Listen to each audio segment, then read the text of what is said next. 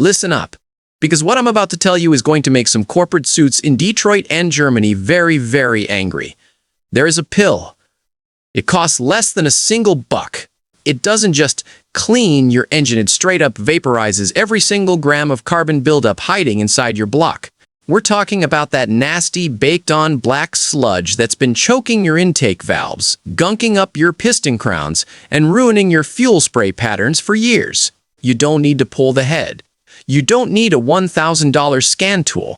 You don't even need an appointment with that dealership mechanic who's been eyeballing your wallet. You just drop one pill into your tank, hit the highway, and let physics do the dirty work. While you're cruising, this pill is dissolving carbon at the molecular level. By the time you hit the bottom of that tank, your engine is running smoother than a freshly paved road. Now, if you think this is some new snake oil or an internet hack, you're dead wrong. This isn't new. In fact, your grandfather probably had a box of these sitting on his workbench right next to the 10W30. Every grease monkey from the 1920s to the 70s knew exactly what this was. But then someone in a boardroom realized that a $1 permanent fix is a nightmare for a $5 billion service industry. Let's look at the numbers because they are criminal. The global engine carbon cleaning market is a literal gold mine. Dealerships will charge you anywhere from $400 to $800 for a professional induction service. What do they actually do? A trained technician spends 10 minutes spraying a chemical into your intake while the car idles. That's it. Independent shops, they'll hit you for $300. Quick lube chains? They'll try to upsell you a fuel system treatment for $150 every time you go in for an oil change. If a $1 pill exists that prevents all of this, those businesses go belly up. So they didn't ban it. They did something much smarter. They just stopped talking about it. They let the knowledge die out with the older generation so they could sell you the same chemistry in a fancy $25 bottle with advanced restoration written on the label. This whole thing started back in 1821. An English chemist named John Kidd was messing around with coal tar, a nasty byproduct of the coal gas industry. It was considered industrial waste, but Kidd found something inside that sludge: white crystalline flakes. These crystals had a unique property called sublimation. That means they turned directly from a solid into a gas without ever becoming a liquid. They burned hot, they burned clean, and most importantly, they dissolved oily, carbon-rich residues like a hot knife through butter. Fast forward to the early 1900s. Early engines had a massive Achilles heel: carbon fouling. Every time gas burns in a cylinder, it's never a perfect burn.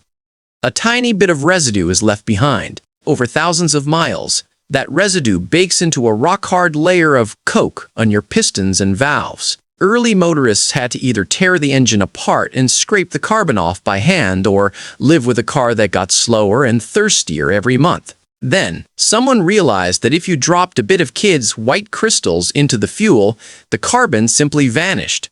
By the 1930s, this was the secret of the racing world. Dirt track racers dropped them into V8s to boost octane and keep the heads clean. During World War II, the U.S. military used it in the Pacific to keep fighter engines screaming at 30,000 feet when high-quality fuel wasn't available. You can't argue with a solvent. It's not an opinion, it's thermodynamics. Carbon deposits in your engine aren't just dust. They are a complex matrix of baked oil and oxidized fuel bonded to metal at extreme heat and pressure. Most fuel additives you buy at the auto parts store are too weak to touch this stuff once it's baked on, but this $1 pill is a nonpolar aromatic hydrocarbon. When it dissolves in your gas, it hitches a ride into the combustion chamber.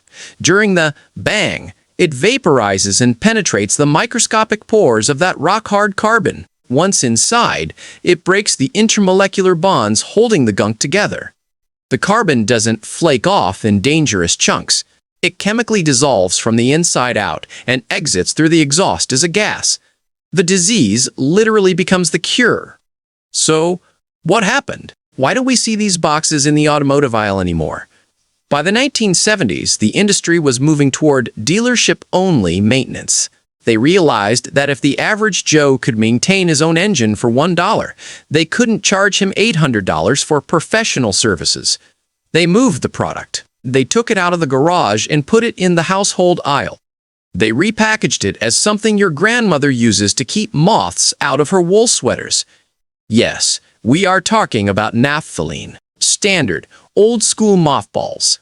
But wait, don't just run out and buy any mothball. You have to check the label. You need 99% pure naphthalene.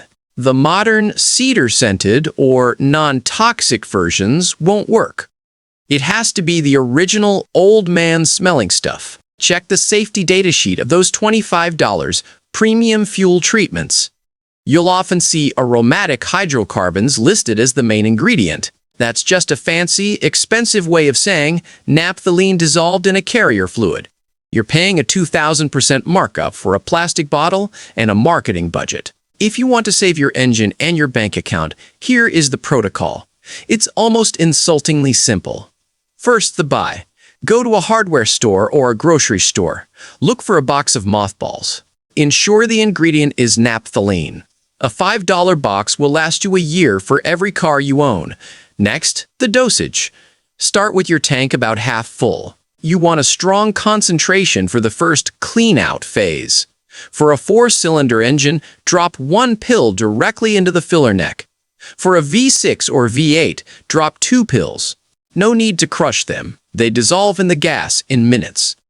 Finally, the drive. Fill the rest of the tank with regular gas. Now, take it for a highway blast. Sustained RPMs and heat are your friends here. It helps the naphthalene vaporize and attack the carbon. For modern direct injection engines, which are the worst carbon offenders, use 1 pill every tank for 3 fill-ups to shock the system. Then, 1 pill every 5,000 miles to keep it shiny. If you have a lawnmower or chainsaw, crush half a pill and mix it in. They'll start on the first pull every spring. Diesel rigs, use 2 pills per tank. Diesel produces a thicker, oilier soot that naphthalene loves to eat for breakfast. If you don't believe me, spend $25 on a borescope camera that plugs into your phone. Pull a spark plug and look at the piston crown.